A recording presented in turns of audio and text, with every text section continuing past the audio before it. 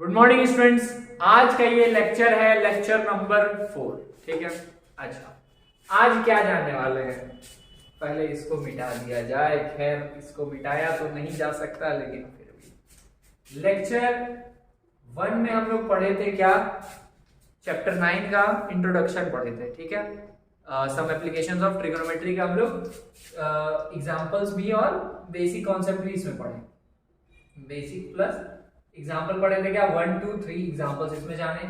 Lecture 2 में हम लोग जाने थे क्या, एग्जाम्पल 4 5 6 और 7, 4 एग्जाम्पल हम लोग सेकेंड लेक्चर में जाने। और लेक्चर 3 में हम लोग एक्सरसाइज 9.1 मतलब कि सम एप्लीकेशन ऑफ ट्रिगोनोमेट्री जो आपका चैप्टर है उसका जो फर्स्ट एक्सरसाइज है उसका क्वेश्चन नंबर हम लोग 1 से लेकर 8 तक कवर किए लेक्चर 3 में। और जो ये आज का लेक्चर है लेक्चर नंबर 4, आज हम लोग इसका बचा हुआ जो भी क्वेश्चन है मतलब 9 से लेकर 16 तक सभी क्वेश्चंस को करके आज ये चैप्टर हम लोग यहाँ पे कंप्लीट कर देंगे। ठीक है, तो आइए वीडियो को स्टार्ट करें। क्वेश्चन नंबर 9 में क्या बोला जा रहा है, the angle of elevation of the top of building. बात किसका हुआ, angle of elevation. Angle of elevation का मतलब क्या होता है, जब हम लोग ऐसे ऊपर देख रहे होते हैं तो। ठीक है। अच्छा, तो एंगल ऑफ एलिवेशन बन कहां से रहा, the angle of elevation of the top of A building. एक बिल्डिंग के टॉप पे बना एंगल ऑफ एलिवेशन। बिल्डिंग, ये मान लीजिए बिल्डिंग है। ठीक है, इसके टॉप पे बना एंगल ऑफ एलिवेशन। कहां से बना, तो from the foot of the tower, एक टावर के फुट से। ठीक है, इसको थोड़ा हम कम रखते हैं, मान लिया जाए कि यहां तक करके। ठीक है, एक टावर के फुट से इस पे एक एंगल बना, एंगल ऑफ एलिवेशन। ठीक है, ये 30 डिग्री। कितने डिग्री का एंगल ऑफ एलिवेशन बना, 30 डिग्री। ये हो गया 30 डिग्री। ये समझ में आया, फिर से समझा जाए इसको। क्या बोल रहा था, angle of elevation. Angle of elevation बन रहा of the top of A building, building के टॉप पे बना। कहां से बना, तो from the foot of the tower, tower के फुट से। मतलब यहाँ पे क्या एक टावर रहा होगा, हमको नहीं पता टावर का क्या लेंथ नहीं है, लेकिन हम यहाँ पे समझ में आ रहा है कि यहाँ पे क्या रहा होगा, एक टावर रहा होगा, उसके फुट से बना। और क्या, and the angle of elevation of the top of tower. अब टावर पे एक एंगल ऑफ एलिवेशन बन रहा, कहां से, from the foot of the building. अच्छा, ये क्या था, ये बिल्डिंग का, तो बिल्डिंग के फुट से टावर के टॉप पे बन रहा भाई एंगल। कितने डिग्री का, 60 डिग्री के। तो अब ये सोचने वाली बात है, देखिए कि जो ये आपका टावर होगा ना, वो कितना, वो ऐसा होगा, यहां से इतना होगा, या फिर इससे ज्यादा हो या इसके बराबर होगा, किस हाइट का होगा। तो देखिए समझिए बात, बिल्डिंग पे बना कितने का एंगल, 30 का, और इस पे बना 60 का। तो समझिए हमेशा 30 और 60 हमेशा क्या रहेगा, ज्यादा रहेगा। 60 का एंगल ज्यादा रहेगा, तो यहां से 60 बन रहा है, इसका मतलब इसका हाइट ज्यादा होता तो ये ज्यादा ऐसे खुला होगा एंगल।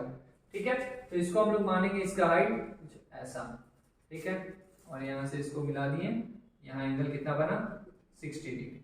ये समझ में आया, फिर से एक बार कनेक्ट किया जाए। क्वेश्चन में बोला यार था, the angle of elevation of the top of building. Building के टॉप पे एंगल ऑफ एलिवेशन बना कहां से, फुट ऑफ द टावर से। कितने का, 30 डिग्री। और सेकेंड केस में एंगल ऑफ एलिवेशन बना किस पे, टावर पे। ठीक है, कहां से बना, तो फुट ऑफ द बिल्डिंग से। कितना, 60। क्योंकि यहाँ 60 था इसलिए इसको हम लोग ज्यादा लंबा रखे, क्योंकि जितना ज्यादा एंगल रहेगा वो उतना ज्यादा उठा हुआ रहेगा। ठीक है, जितना कम एंगल रहेगा वो उतना ज्यादा दबा हुआ ऐसे रहेगा। यहाँ तक बात समझ में आ रहा है। और क्या दिया हुआ, if the tower is 50 metre high. Tower क्या है, ये 50 मीटर हाई बोल दिया। चलिए, naming a B c d कर देंगे। अब पूछना क्या चाह रहा है, find the height of the building. Building का हाइट क्या रहेगा ये बताना है हमको, ये फाइंड करना है। तो कैसे फाइंड किया जाएगा, समझिए। थीटा दिया हुआ है, पहले हम इस वाले ट्राइंगल में ही बात करेंगे क्योंकि यहीं पे हमको 50 पता है। तो इस वाले ट्राइंगल में अगर सोचिए ये थीटा है, तो थीटा के सामने वाला ये हो गया परपेंडिकुलर, ये पता चल गया। अब हम डायरेक्ट ये पता कर पाएंगे क्या, नहीं, वो तो ट्राइंगल के बाहर है। समझिए, हमको फाइंड तो ये करना है, लेकिन अभी इस थीटा के लिए ये परपेंडिकुलर, ये बेस और ये हाइपोटेनस, तो ये हम डायरेक्ट फाइंड नहीं कर पाएंगे। तो अभी दोनों ट्राइंगल में कॉमन क्या है ये समझिए। इस वाले ट्राइंगल में भी ये आ रहा है BC, और इस वाले छोटे वाले ट्राइंगल में भी ये आ रहा है BC, दोनों में कॉमन क्या है, BC है। तो अगर आप बड़े वाले ट्राइंगल के हेल्प से में बड़े वाले ट्राइंगल में अगर ये आप निकाल लें BC, कैसे, इस थीटा के लिए परपेंडिकुलर और ये बेस, तो P और B किस में आता है, tan थीटा में, tan 60 लगाएंगे तो यहाँ बेस निकल गया। अब जब ये बेस निकल गया और छोटे वाले ट्राइंगल में अगर आप देखें और बेस निकल चुका है, तो जितना बेस निकल गया तो इस थीटा के लिए ये परपेंडिकुलर और ये बेस आपको पता है परपेंडिकुलर, आप फाइंड कर लेंगे, ठीक है, 10 लगा के। आइए सॉल्व करते हैं। पहले कौन सा ट्राइंगल लेंगे, ABC, क्योंकि ABC में हमको कुछ वैल्यू पता है।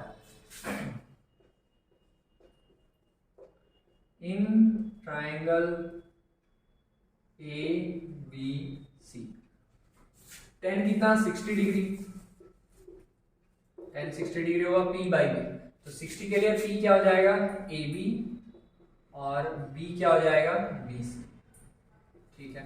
tan 60 का वैल्यू है √3, यहाँ AB है 50 और BC है पता नहीं है, वो तो फाइंड करना है। अब ये BC जो है यहाँ डिवाइड में, वो इधर मल्टीप्लाई में आ जाएगा, तो यहाँ BC इक्वल्स क्या हो जाएगा, 50/√3, जो मल्टीप्लाई में था वो आ जाएगा इधर डिवाइड में, तो BC का वैल्यू क्या आ गया, 50/√3। अब देखिए बहुतों के मन में आएगा क्या कि इसको हम लोग सर रेशनलाइज कर दे रहे, क्योंकि ये रूट में रेशनलाइज मेनली हम लोगों को कब करना होता है, जब फाइनल आंसर आ जाता है, ठीक है। ये तो फाइनल नहीं है, हमको फाइनल फाइंड करना है DC, तो इसलिए इसको हम ऐसे भी छोड़ेंगे, कोई दिक्कत नहीं है, इसका यूनिट बस लगा देंगे। चलिए अभी BC हमको फाइंड कर लिए, तो BC क्या था, इस वाले ट्राइंगल का भी बेस यही है और इस वाले ट्राइंगल का भी बेस यही है। तो अब हमको इस ट्राइंगल के लिए बेस पता चल गया, परपेंडिकुलर हम लोग फाइंड करते हैं कैसे।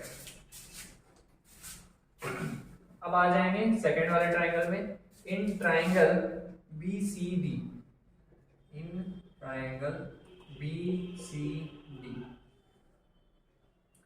tan कितना है यहाँ 30, इसके लिए देखिए ऐसा नहीं 60 समझना, 60 तो इसका था, इस वाले ट्राइंगल का एंगल क्या रहेगा, 30 रहेगा, इस 30 के लिए परपेंडिकुलर वो हो जाएगा, तो tan 30 डिग्री, tan 30 डिग्री क्या, P/B, परपेंडिकुलर क्या है CD, और बेस क्या है इसका, BC।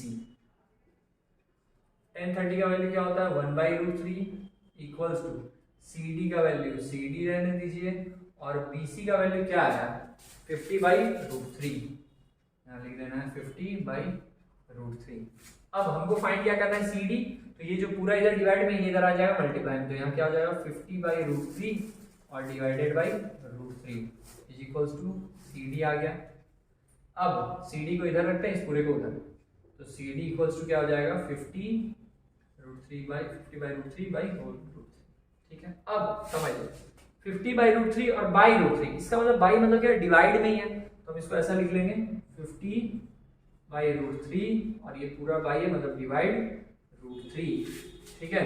अब डिवाइड में कुछ भी होता है तो उसको मल्टीप्लाई में लाते हैं, रेसिप्रोकल करते हैं, तो यहाँ 50/√3 डिवाइड से मल्टीप्लाई में, √3 का हो जाएगा 1/√3, √3 मल्टीप्लाई हो जाएगा 3 और ऊपर में 50, तो क्या आ गया 50/3।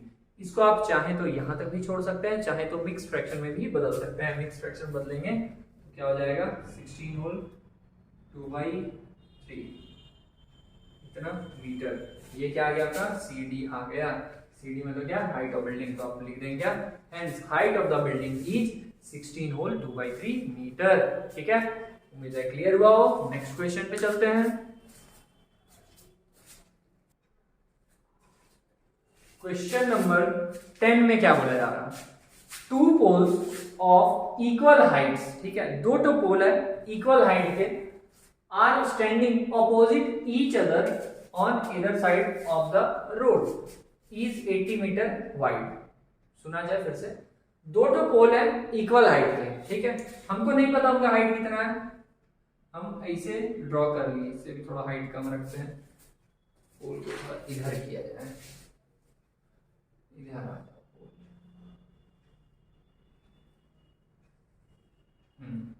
दोनों इक्वल हाइट के दो तो हम लोग पोल ले लिए, रोड के दोनों साइड दो पोल है, और बोला जा रहा है विच इज 80 मीटर वाइड, मतलब वो जो रोड है वो कितना चौड़ा है, 80 मीटर चौड़ा है, 80 मीटर वाइड, ठीक है। तो ये पूरा हमको पता चल गया कि ये पूरा कितना है 80 मीटर, तो हम यहां से यहां तक लिख सकते हैं ये है 80 मीटर वाइड।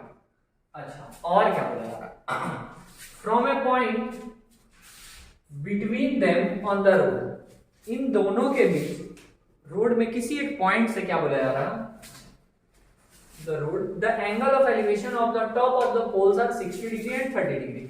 मतलब कि रोड के किसी भी एक पॉइंट से, ठीक है, हमको नहीं पता कहां से, देखिए बहुत के मन में आता है कि आप बोलेंगे बीच में, तो बोलोगे यहाँ रख लेते हैं, ठीक है, ऐसा नहीं बोल रहा कि वो एकदम इक्वल डिस्टेंस बोल रहा है, ऐसा नहीं, बस बोला बीच में।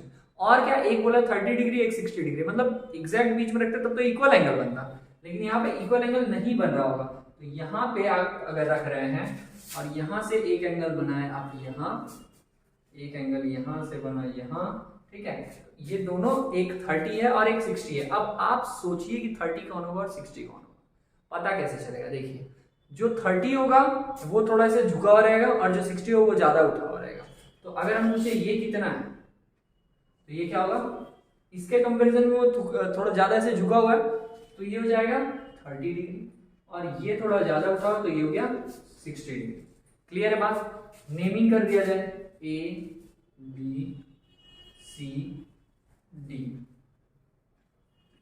अब आगे क्या बोला क्वेश्चन में, find the height of the poles, इन दोनों पोल का हाइट पता करना है, मतलब ये कितना है, ए बी और सी डी कितना है, जबकि दोनों इक्वल ही हैं, लेकिन ये दोनों को फाइंड करना है। और and the distance of the point from the poles, मतलब कि पोल से इस डिस्टेंस बताना है इस पॉइंट का, कि ये कितना होगा और ये कितना होगा। बात समझ में आया कि पोल से, एक पोल यहाँ एक पोल यहाँ है, तो इस पोल से इस पॉइंट का जो डिस्टेंस होगा वो बताना, मतलब ये भी बताना है और ये भी बताना है, ठीक है।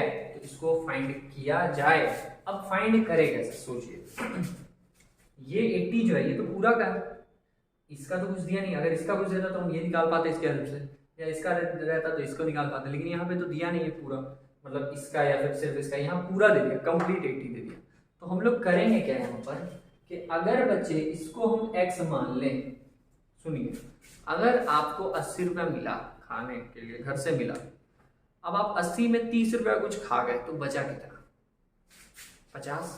कैसे, देखिए आपको 80 मिला, 80 में आप 30 रुपीज खा गए, तो बचा क्या, 50। उसी तरह से ये टोटल 80 था, 80 में हमको ये नहीं पता कितना, तो मान लिया कि ये कितना, यहां से यहां तक x है, ये जो है यहां से यहां तक में ये है x, तो अब यहां से यहां तक कितना होगा, तो टोटल 80 था, 80 में हम लोग क्या घटा देंगे, x घटा देंगे। अच्छा, तो अब 80 में x माइनस हो सकता है क्या, नहीं हो सकता, तो बस ये इसी तरह से ये इसी फॉर्म में यहाँ पे आ जाएगा, ये कितना रहा होगा, 80 माइनस x रहा होगा यहां से यहां तक, ठीक है, क्योंकि ये पूरा 80 था, ये अगर x है तो x पूरा में x घटा दो तो वही होगा, तो यहाँ इसीलिए इसको लिख दे क्या, 80 पूरा 80 माइनस x, ये बचेगा। क्लियर है। अब आगे कैसे सॉल्व किया जाए, हम देख सकते हैं कि इन दोनों ट्रायंगल में कॉमन क्या रहेगा, ये जो हाइट है, ठीक है, ये हाइट, ये AB और ये CD, ये दोनों इक्वल रहेगा, क्योंकि बोला कि 2 पोल्स ऑफ इक्वल हाइट, तो उन दोनों को हम लोग एक एक करके सॉल्व करते हैं दोनों ट्रायंगल में। इन ट्रायंगल AB और इसका नेमिंग कर दे यहाँ पर ABCD, यहाँ पे O कर दे रहे हैं, ठीक है। In triangle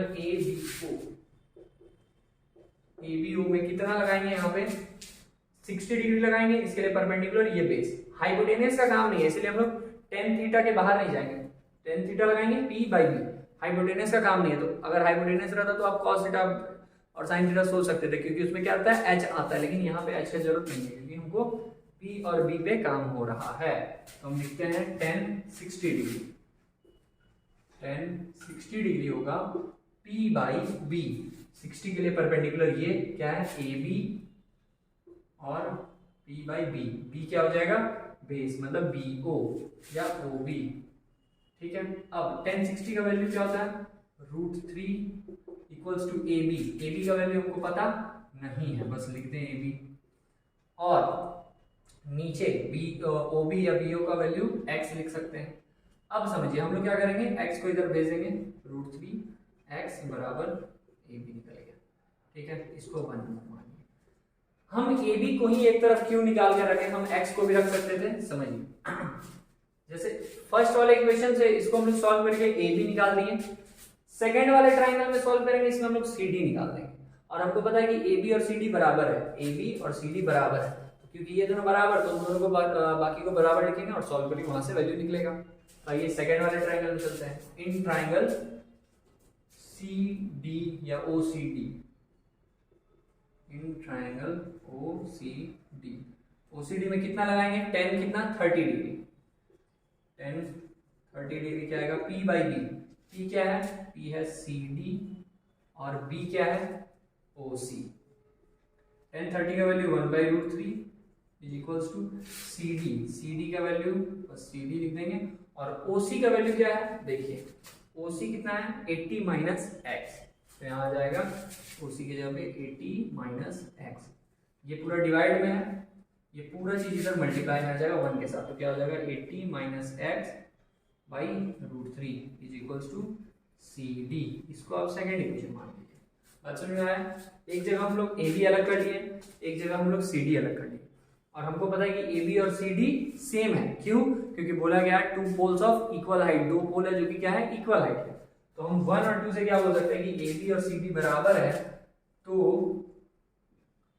from equation 1 and 2 से बोला जाएगा कि ये बराबर, मतलब ये पूरा और ये पूरा बराबर, कि √3x जो है वो बराबर, √3x जो होगा वो बराबर होगा 80 माइनस एक्स बाई √3। अब ये √3 यहाँ डिवाइड में है, इक्वल के इधर है मल्टीप्लाई में, तो √3 और √3 मल्टीप्लाई होगा तो डायरेक्ट 3x लिख दें, √3 3 होता है, रूट में दो नंबर मल्टीप्लाई होता है एक बाहर, तो 3x equals to 80 minus x, ये माइनस एक्स है, इक्वल के इधर आएगा plus x, 3x plus x बराबर 80, तो 3x प्लस एक्स मतलब 4x बराबर हो जाएगा 80, तो x का वैल्यू आ जाएगा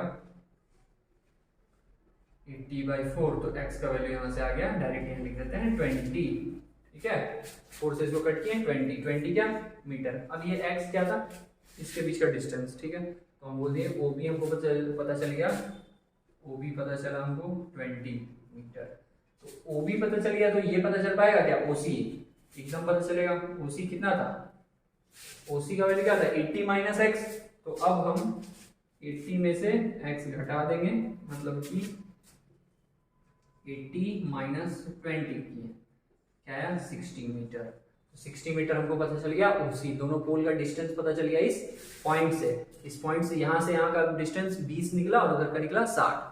अब एक चीज और पूछा गया था, हाइट ऑफ द पोल, तो पोल का हाइट कैसा निकाला है, तो ए बी यहाँ पे क्या दिया √3/x, सबसे आसान यही, इस पे पुट कर देंगे निकल जाएगा, तो हम लिखेंगे क्या, फ्रॉम इक्वेशन 1 क्या ए बी इक्वल्स टू क्या था √3x, तो √3 का √3, x का वैल्यू क्या निकाले हम लोग, x का वैल्यू 20 निकाले, तो इंटू 20 कर देंगे, मतलब आंसर आ जाएगा 20√3 मीटर। ये क्या निकल गया, height of the pole. Exam में इंपॉर्टेंट है कि जब आप ये बनाइए या वैसे भी क्वेश्चन बनाइए, तो इसमें नीचे क्या लिखिए, सारा चीज बात को आप लिखिए, यहाँ लिखिए OB, distance between the distance of point from the poles, तो एक आप OB इक्वल्स टू 20 लिखिए, फिर OC इक्वल्स टू 60 मीटर लिखिए, फिर height of the poles is equals to 20√3 metre, ऐसा, ठीक है, ये सब लिखना जरूरी है। तो उम्मीद है ये समझ में आ रहा है। चलिए नेक्स्ट क्वेश्चन पे चलते हैं। क्वेश्चन नंबर 11 में क्या बोला जा रहा, ए टीवी टावर, एक तो टीवी का टावर है, stands vertically on a bank of A canal. Bank of A canal का मतलब होता है कि जो कैनाल है ना, नहर जो होता है जिससे पानी बह रहा है, ठीक है, नदी का जो है पतला से टुकड़ा वहां से निकलता है, पानी बह के निकल रहा है, ठीक है, तो नहर जो बह रहा है, नहर के किनारे पर एक क्या लगा हुआ है, कैनाल के बैंक पर लगा हुआ एक टीवी टावर, ठीक है, मान लीजिए टीवी टावर हम लोग ये बना दिए टीवी टावर। अब क्या बोला,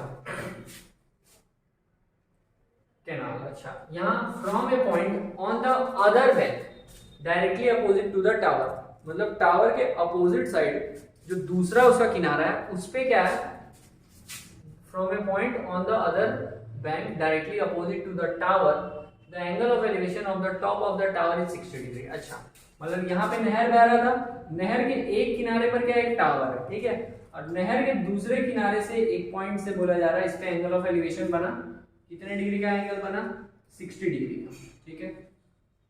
अच्छा, और 60 डिग्री 60 डिग्री का एंगल बना। और क्या बोला गया, from another point 20 metre away from this point, मतलब यहां से क्या बोला, from another point 20 metre away, एक और पॉइंट है जो कि वहां से 20 मीटर दूरी पर है, 20 metre away from this point on the line joining the point to the foot of the tower, the angle of elevation of the top of the tower is 30 degree. मतलब क्या, यहां से 20 मीटर और दूर आया, जो कि उसी लाइन से एक फुट ऑफ द टावर को जो जोड़ रहा हो एकदम स्ट्रेट आया, यहां से जो एंगल ऑफ एलिवेशन बन रहा था वो बन रहा था 30 डिग्री। तो देखिए यहां से 20 मीटर और आया और यहां से जो एंगल ऑफ एलिवेशन बना ये बना है कितने का, 30 डिग्री का, ठीक है। और ये यहां से यहां तक था 20 मीटर, यहां तक समझ में आ गया। अब क्या बोला जा रहा है आगे, find the height of the tower and width of the canal. Canal यहाँ पे बह रहा था, इसके इधर एक था टावर और यहाँ से एंगल ऑफ एलिवेशन बना, तो कैनाल का विड्थ बताना है, मतलब चौड़ाई, मतलब हमको ये चीज पूछा गया, और हाइट ऑफ द टावर ये पूछा गया। ए बी, इसको सी बोल दे, इसको डी बोल दे। तो हमसे क्या पूछा, ए बी भी पूछा गया और बी सी भी पूछा गया। अब हम लोग सॉल्व कैसे करेंगे, तो फिर वही चीज देखिए ना कि दोनों ट्राइंगल में कॉमन कुछ आ रहा क्या, हाँ, छोटे वाले ट्राइंगल का भी परपेंडिकुलर ए बी है और बड़े वाले ट्राइंगल का भी परपेंडिकुलर ए बी है। तो दोनों ट्राइंगल को हम लोग सॉल्व करेंगे और दोनों में परपेंडिकुलर मतलब ए बी सेम ले आएंगे, तो बाकी को इक्वल लिखकर सॉल्व करते हैं। आइए स्टार्ट करते हैं। सबसे पहले एबीसी में आ जाए, in triangle A B C tan कितना 60 degree, tan 60 degree equals to P by B. P perpendicular क्या हो जाएगा, ए बी, और बेस क्या हो जाएगा BC। tan 60 का वैल्यू √3, AB कितना है हमको पता नहीं है और BC कितना है हमको वो भी पता नहीं है, तो वो डिवाइड वाला इधर आ जाएगा, ये क्या हो जाएगा BC √3। तो AB का वैल्यू क्या आ गया, BC √3 आ गया। अब समझिए ऐसा हम क्यों करें, हम लोग AB फाइंड कर लिए BC के फॉर्म में, अब फिर हम लोग इसको फाइंड कर लेंगे, ठीक है, दोनों में, क्योंकि ये तो सेम रहेगा। तो चलिए अब आ जाते हैं बड़े वाले ट्राइंगल में ABD में। इन ट्राइंगल ABD tan कितना लगा देंगे 30 degree, tan 30 degree equals to क्या हो जाएगा P बाई B। P क्या है इसके लिए, P है AB और B क्या है, B क्या हो जाएगा समझिए, ये पूरा आ जाएगा, बेस क्या हो जाएगा ये पूरा, तो इस पूरे को हम क्या लिख सकते हैं BC प्लस CD बोल सकते हैं ना, ये पूरा क्या है BC प्लस CD, तो ऐसा हम लोग लिख देंगे BC प्लस CD। अच्छा, अब tan 30 का वैल्यू क्या होता है 1 बाई √3 इज इक्वल्स टू AB का AB। BC का वैल्यू क्या था नहीं पता हमको, BC रहने दिए। CD का वैल्यू क्या है, CD का वैल्यू हमको 20 पता था, तो उसको यहाँ रख दिए, कोई दिक्कत नहीं। अब ये जो पूरा डिवाइड है वो इधर इक्वल के इधर मल्टीप्लाई में आ जाएगा, तो क्या हो जाएगा यहाँ पे BC plus 20 by √3 is equals to AB आ जाएगा। ये सही है, AB आ गया इस फॉर्म में और यहाँ पे भी AB हम लोग निकाले हुए थे, ठीक है। अब क्योंकि AB बराबर है तो ये भी और ये भी बराबर रहेगा, तो क्या लिख देंगे BC √3, BC इसको लिख दे रहे from equation 1 and 2, from equation 1 and 2 से क्या लिखा जाएगा 1 ये है और 2 ये है, तो इसमें BC √3 जो होगा ये बराबर हो जाएगा BC प्लस 20 बाई √3 के, BC प्लस 20 बाई √3 के। अब ये √3 जो डिवाइड वाला वो इधर मल्टीप्लाई में आया, तो √3 3 होता है, रूट में 2 नंबर मल्टीप्लाई 1 आता है, तो यहाँ पे 3 तो क्या BC इंटू 3 मतलब 3BC, ठीक है।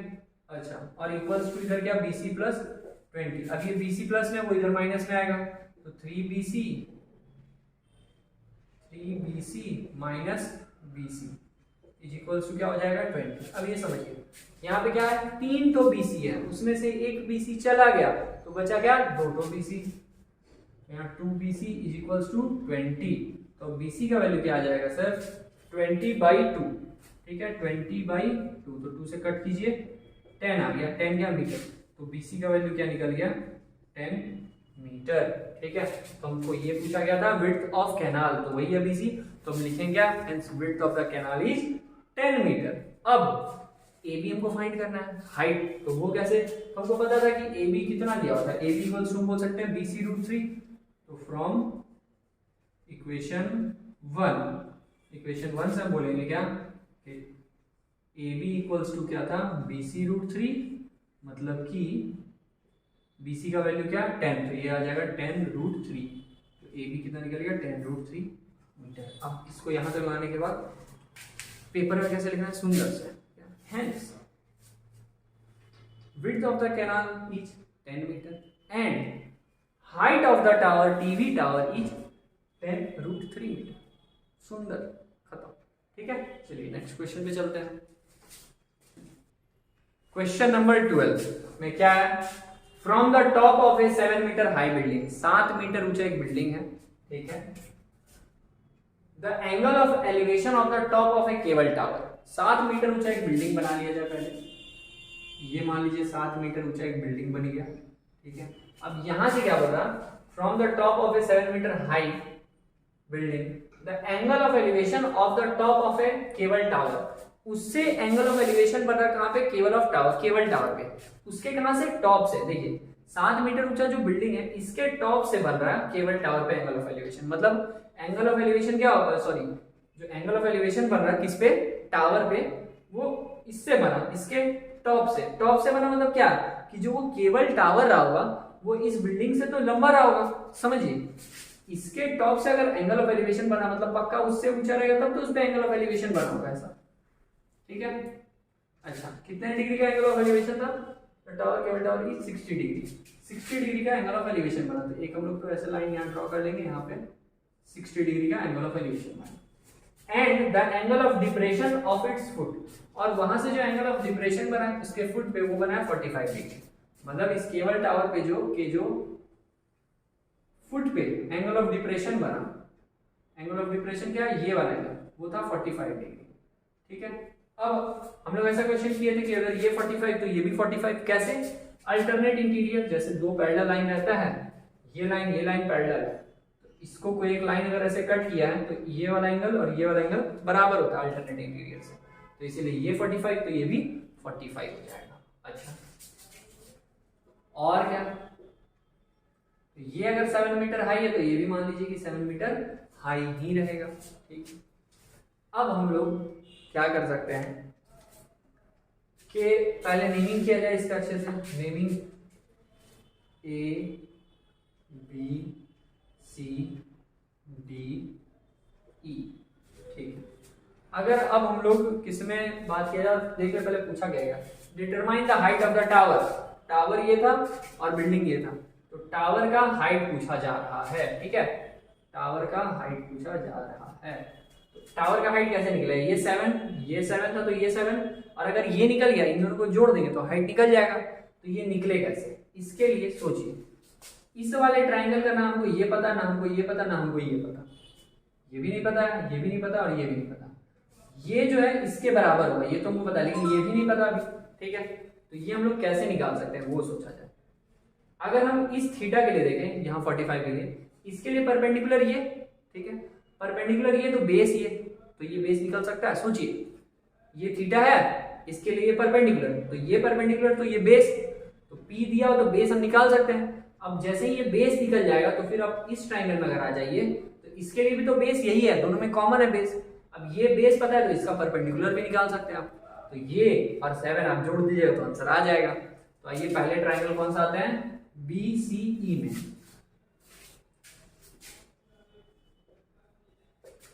इन ट्राइंगल BCE कितना 1045 degree, 1045 degree is equals to क्या होगा, P बाई B, तो इस 45 के लिए परपेंडिकुलर ये हो जाएगा BC और P बाई B, B क्या है, बेस क्या हो जाएगा BE, 1045 का वैल्यू 1, BC का वैल्यू हमको पता है क्या, हाँ 7, और BE हमको पता नहीं है। अब ये BE जो था यहाँ डिवाइड में था, इधर मल्टीप्लाई में आ जाएगा, तो BE इंटू 1 करेंगे तो BE ही हो गया, तो BE का वैल्यू क्या आ गया, 7 मीटर आ गया, मतलब ये जो 7 था तो इसके हेल्प से सॉल्व किया तो बीई भी क्या निकल गया मेरा 7 ही निकल गया। अब जब ये निकल गया तो इसके हेल्प से अब आप ये निकाल सकते हैं AB। क्यों? क्योंकि इस थीटा के लिए ये परपेंडिकुलर और ये बेस, तो बेस पता चल गया तो परपेंडिकुलर आप फाइंड कर सकते हैं। तो आइए इन ट्राइंगल ABE में, ABE में क्या हो जाएगा, tan कितना 60 डिग्री, tan 60 डिग्री क्या P बाई बी, P क्या है उसके लिए AB और P बाई बी, B क्या है BE, ठीक है, बेस है BE।